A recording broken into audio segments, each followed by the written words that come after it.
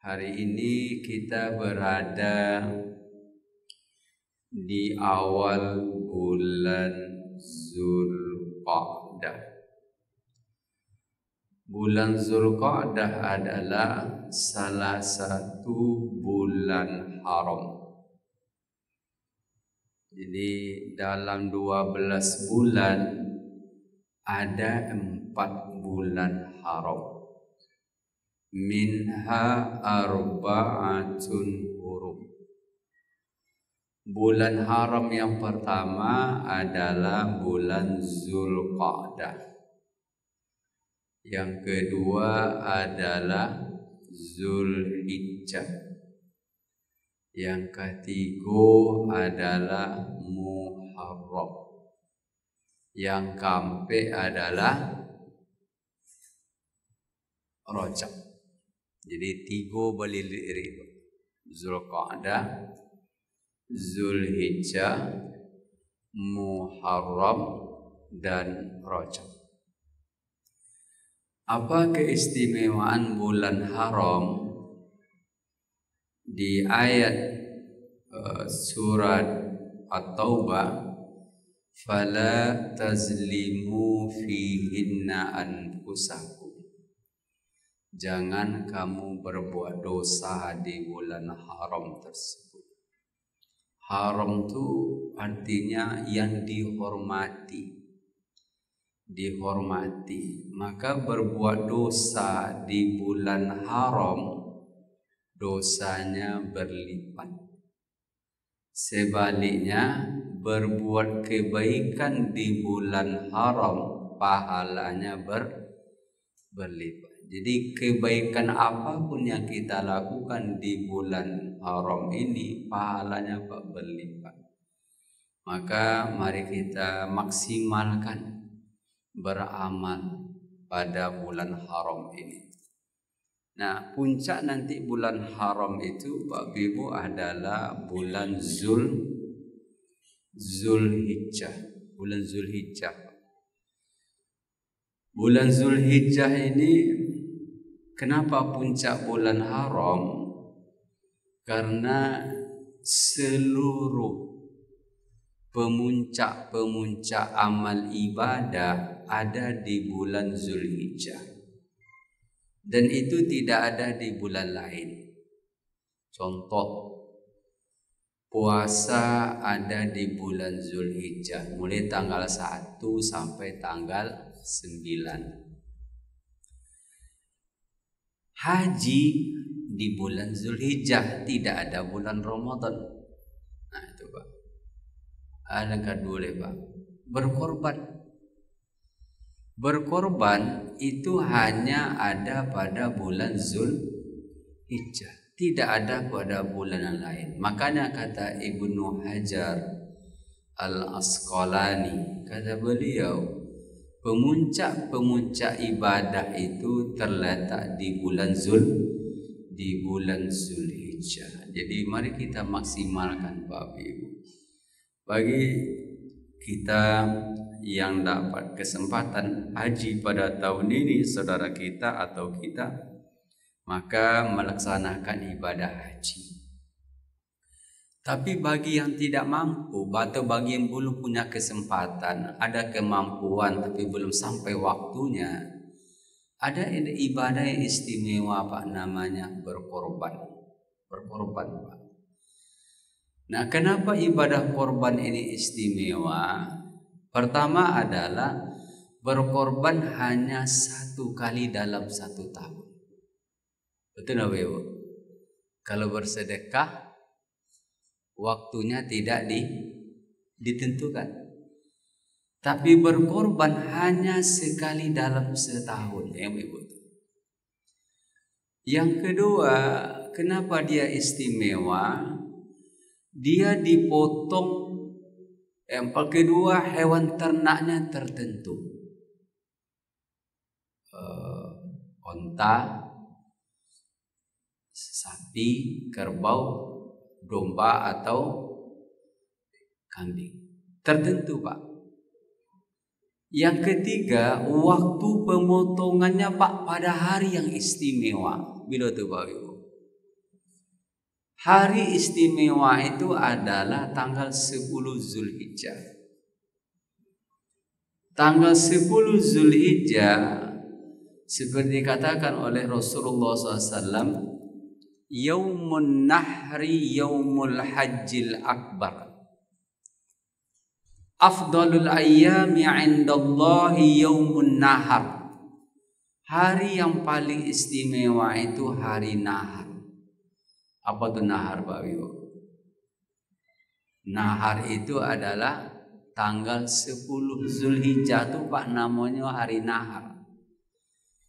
Nah, Nahar itu artinya adalah pemotongan hewan.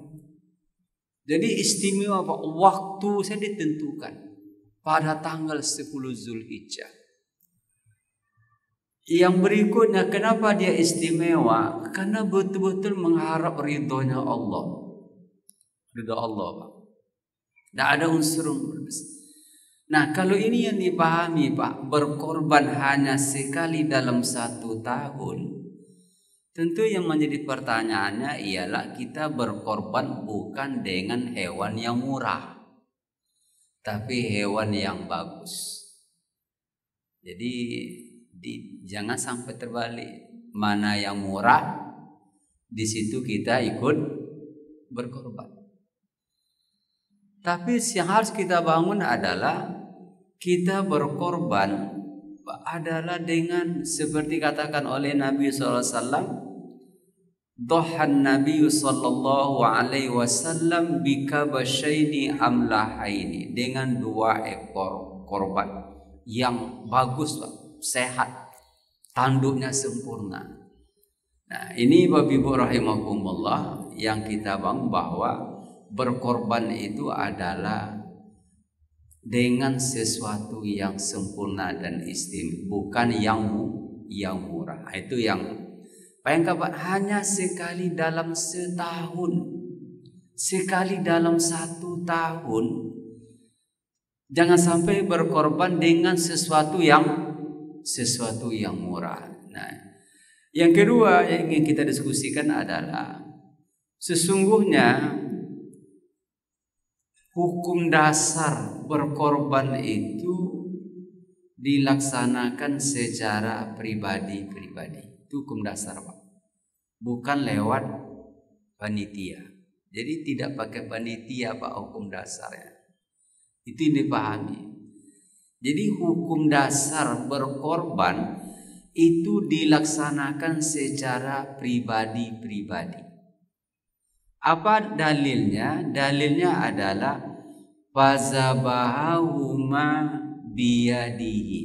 Nabi memotong dengan tangannya sendiri. Nah, ini menunjukkan bahwa berkorban itu adalah hukum dasarnya dilaksanakan secara sendiri, bukan secara berjamaah atau secara lewat panitia. Nah, itu Pak. Nah, itu yang dipahami seperti hadis Nabi SAW. Nah, pertanyaannya, kalau panitia berkorban lewat panitia, maka panitia itu secara fikihnya ada 2 hukumnya, Pak.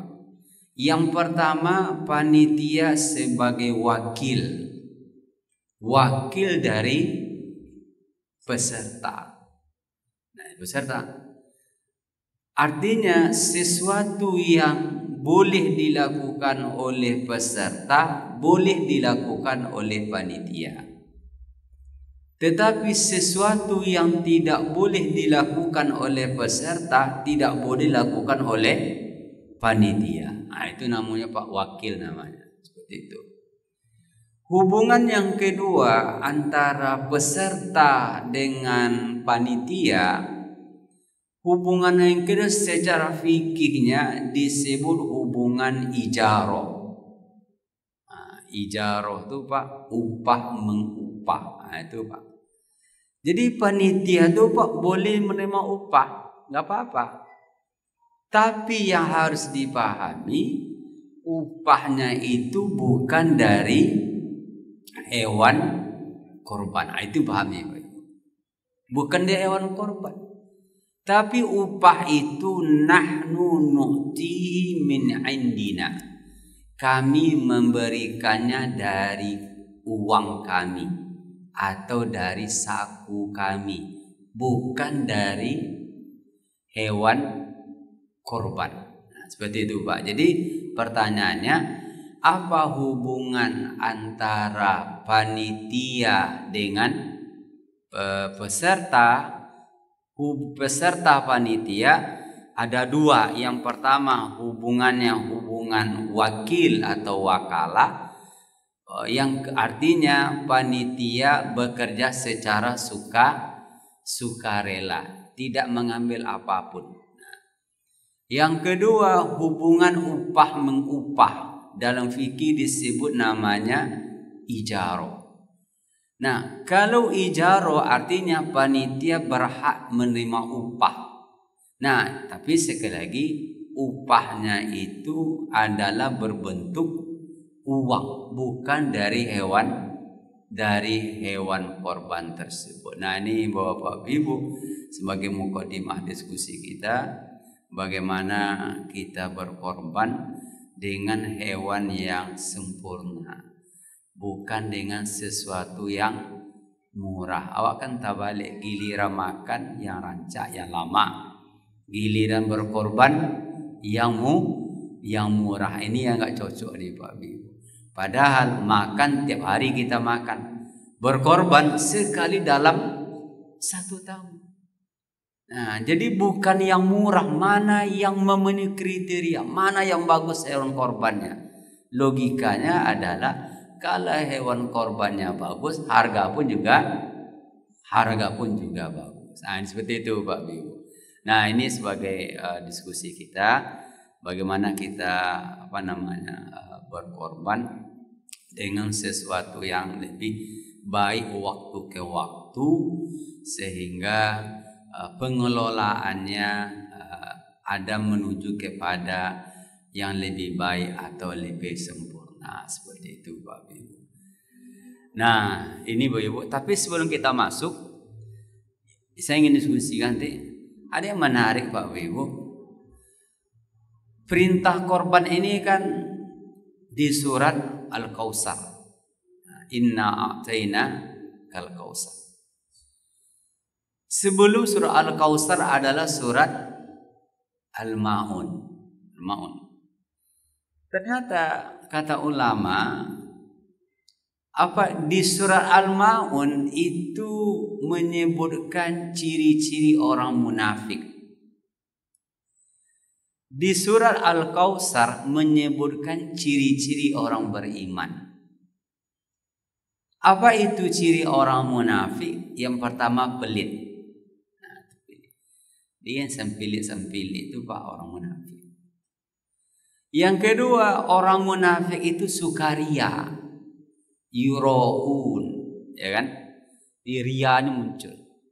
Nah, di surat Al-Kautsar itu lawan daripada ciri munafik. Ciri orang beriman itu suka berbagi. Nah, salah satunya adalah berkorban. Yang kedua, apapun yang mereka lakukan itu karena Allah. Fasalli li rabbika wanhar. Salatlah kamu karena Allah dan berkorbanlah kamu karena Allah. Jadi tidak ada istilahnya panitia barang tuang ini, tidak ada bahasa untuk bara piti tersisa. Itu jangan itu dibahasakan. Tapi yang harus dibangun adalah bagaimana berkorban dengan baik. Maka yang harus dibangun bukan berlomba-lomba menjadi panitia, tapi berlomba menjadi peserta. Seperti itu Pak. Jadi bukan mendaftar menjadi panitia, tapi yang bagusnya adalah mendaftar sebagai peserta. Sekali Pak, hanya sekali dalam 1 tahun. Makanya sedekah apakah yang paling bagus tanggal 10 Zulhijjah? Jawabannya adalah ikut berkorban. Nah, itu Bapak Ibu sebagai mukadimah diskusi kita. kita persilakan.